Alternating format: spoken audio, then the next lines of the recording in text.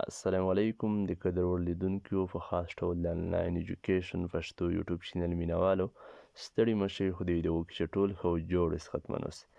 د قدر وړ لیدونکو زموږ نننۍ موضوع چې دا د کمپیوټر بیکګراوند دی د همدې سهو نومونو زده کول دي له همدې څخه وړاندې موږ د کمپیوټر صفر څخه سټارټ اخیستی و لومړۍ برخه کې موږ تاسو ته د کمپیوټر چلن کولو سټارټ کولو طریقه ښودلې وه او په نننۍ ویډیو کې به د بیکګراوند سهو نومونه پیژنو کله چې کمپیوټر چالان شي همدې سهو ته څه ویل کیږي مثلا سکرین ته یې څه وایي همدې سکرین باندې موجوده شیانو ته څه ویل کیږي همداسې نوره خو مخکې له دې چې په همدې وغږیږو لومړی به د وینډوز 11 او نورو وینډوګانو په بیکګراوندونو باندې هم تاسو ته رڼا واچوم تاسو ته به در وپېژنم چې مثال وینډوز 10 همدا ډول بیکګراوند لري 11 همدا ډول وینډوز 7 همداسې او داسې نور لومړی خو دلته تاسو وګورئ د موږ چې کومه وینډوز تدریسوو تاسو ته درس تیر کوو د کمپیوټر صفري زده کړه کې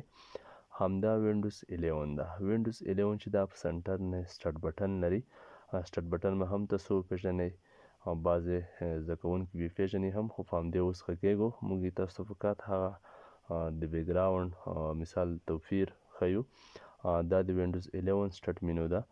که زه تاسو ته هغه نوره مخکینۍ وینډوګانې هم وښیم زموږ سره دلته تصویرونه شته لومړی خو به وینډوز ایکس پي وښیو وینډوز ایکس پي چې دا په همدې شکل ښکاري دلته په چاپ کونج کې سټارټ بټن وي همدا ډول په عادي ساده ډول یې سټارټ مینو وي یعنې ډېر توپیر مثال د هغه راهیسې رامنځته شوی دی په دا منځ کې نوره وینډوګانې بیا مثال تر همدې ځایه د اپډیټینګ ډېر تغییر رامنځته شوی هم د ښکلا په برخه کې هم مثال د نورو اپشنونو اضافه کولو په برخو کې اینه وروسته بیا چې مثال ډېره مشهوره وه هغه وینډوز 7 وه یا وینډوز 7 چې په همدې ډول وه د همدې هم سټارټ بټن چې وه په همدې چپه برخه کې وه همدا ډول په ساده شکل سټارټ مینو لري همدې څخه وروسته بیا وینډوز 8 شوه دا د وینډوز 8 بیا کوم بیکګراوند چې د په همدې شکل کې ښکاري په همدې ډول یې سټارټ مینو ښکاري بیا مثال چې اوس مهال هم ډېره استعمالیږي ډېره خوندوره وینډو هم ده همدغه بیا وینډوز 10 ده چې مثال په همدې شکل چاپ طرف کې سټارټ بټن لري همدا ډول په ډیزایني ډول سټارټ مینو لري خو اوسنۍ وینډو چې ده چې موږ په کومه کې تاسو ته تدریس ورکوو هغه وینډوز 11 ده موږ به انشاءالله زده کړې په همدې کې کوو ځکه چې کمپیوټر چې دی تاسو ته اکثره معلومات کیږي چې اپډیټ سیستم دی مثال ورځ تر بلې اپډیټ کیږي نو باید موږ په دې کې هغه پروګرامونه تدریس کو هغه څه چې مثال نوي وي نو همدغه تصویرونه د توپیرونه مې هم په همدې خاطر وښیل که خامخا ستاسو سره په کمپیوټر کې کوم بل ورژن وینډوز انسټال وي یا 10 یا 7 یا 8 یا ایکس پي بیا تاسو په همدې درس کې ګاس نشئ کوم اندېښنه تاسو ته پیدا نشي نو زموږ درسونه چې دي په وینډوز 11 کې دي نو ښه قدرمنو زده کوونکي اوس پرې راشو خپلې درس برخې ته زموږ نننۍ موضوع چې ده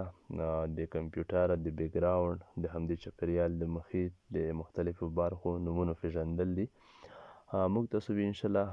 ورو په ورو ګام په ګام مخکې درومو له همدې څخه وړاندې موږ تاسو ته هغه د چلنولو طریقه ښودلې وه خو کله چې کمپیوټر چلان شي همدا ډول شکل غوره کوي مخکې له دې چې مخکې لاړ شو یا کلیکونو ته یا کوم عملي کار ته نو لومړی باید د همدې بیکګراوند نومونه هم وپېژنو که همدا ونه پېژنو نو بیا مخکې زموږ تاک چې دی هغه نیمګړی کیږي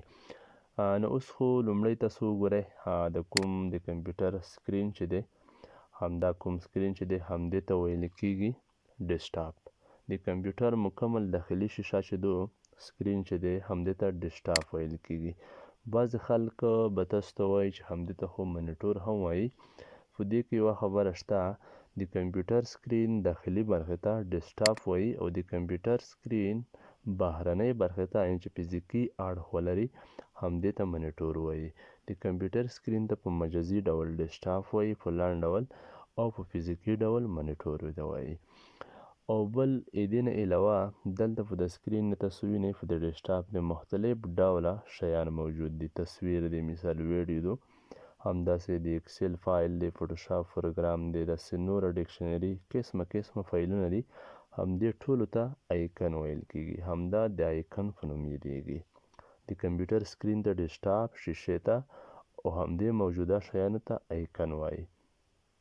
د ډیسکټاپ په لاندې برخه کې یوه خړه یا مثال سپینه کرښه یا لیکه یا پټۍ تاسو ته ښکاري. دغه پټۍ چې دا رنګ بدلوي، په ځینو کې مثال تور رنګ لري، ځینو کې شین سور رنګ هم لرلی شي، رنګونه یې بدلیږي. نو همدې مکمل کرښې ته ټسک بار وایي. همدې ټسک بار چې دی دغه بیا په درو برخو ویشل شوی دی. همدلته د ستونه، بیټرۍ چې ښکاري، مثال دا ژبې، د انټرنیټ دا شیان، همدې ښۍ برخې ته یې څه ویل کېږي؟ ښي طرف ته د ټسک بار نوټیفیکیشن ایریا، نوټیفیکیشن ایریا وایي. همدې منځ ساحې ته یې چېرته چې دا پروګرامونه دي دا تاسو وینئ، همدې منځ ساحې ته د ټسک بار کویک لانچ وایي. د ټسک بار منځ ساحې ته کویک لانچ ویل کېږي. او دغه کومه بټن چې ده همدې ته بیا ویل کېږي سټارټ بټن. بعضې خلک وایي چې د کمپیوټر چلنولو بټن ته سټارټ، نه، هغه پاور بټن ده. موږ تاسو ته لومړۍ برخه کې هغه وښودله، خو همدې بټن ته بیا سټارټ بټن وایي. کله چې په همدې سټارټ بټن کلیک وشي، همدغه لیست ته بیا سټارټ مینو ویل کېږي. همدې لیست ته څه ویل کېږي؟ سټارټ مینو ویل کېږي. نورو وینډوګانو کې دغه سټارټ بټن چې ده په همدې ځای کې وي. په همدې کې هم داسې کیدلی شي، دا امکان لري چې همدې ځای ته انتقال شي. خو په نورو ټیټو ورژنو کې یا لاس یا اوه یا ایکس پي کې بیا دا امکان نه لري چې سنټر ته انتقال شي. نو همدا د کمپیوټر د بیکګراوند د نومونو پیژندل و. تاسو ته په همدې ویډیو کې د نورو وینډوګانو هغه تصویرونه هم وښیل د بیکګراوند برخې چې همدا ډول توپیر لري، په همدې شکلونو ښکاري. نو وینډوز 11 چې دا په همدې شکل ښکاري، وینډو 10 په همدې شکل، 7 همداسې، 8 همداسې او ایکس پي همداسې. کومې وینډوګانې چې اوس مهال خلک ترې استفاده کوي په مختلفو برخو کې، په مختلفو ځایونو کې، نو که خامخا تاسو سره مخامخ کیدی چې بیا کوم د اندېښنې او تشویش وړ ونه ګرځي. په همدې خاطر مې هغه تصویرونه هم تاسو ته وښودل. نو زموږ نن ورځ درس چې و په کار د بیکګراوند نومونو په پیژندلو و، چې مثال د کمپیوټر سکرین دغه شیانو نومونه، د صحې نومونه مو زده کړل. سبا ورځ انشاءالله زموږ درس چې دی هغه به د کمپیوټر یو بل عملي ګام د صفر څخه، هغه د کمپیوټر موس وي، د موس دنده، بیا په موس کې د هر کلیک دنده، چې مثال موس څه دنده لري، څه ډول استفاده نشي په کمپیوټر کې په کومو وختونو کې، او مثال د هر یو کلیک لکه ښای کلیک، چاپ کلیک، د همدې نه په کومو وختونو کې استفاده شي او څه دنده لري په کمپیوټر کې، موږ په کومو وختونو کې کارولی شو. نو انشاءالله په همدې به په راتلونکو ویډیو کې رڼا اچوو. بیا به انشاءالله د کمپیوټر بندولو طریقې همداسې بیا مخکې درومو، ګام په ګام نوره برخې مهمې، نو ورو په ورو به مخکې ځو. نو فعل حالا ټولو قدرمنو زده کوونکو ته ښه غواړم ویډیو ته یو لایک هم ورکوئ، نورو دوستانو، شاګردانو، ملګرو سره یې هم شیر کوئ چې دوی هم له همدې فرصت څخه برخمن شي. ښه وخت.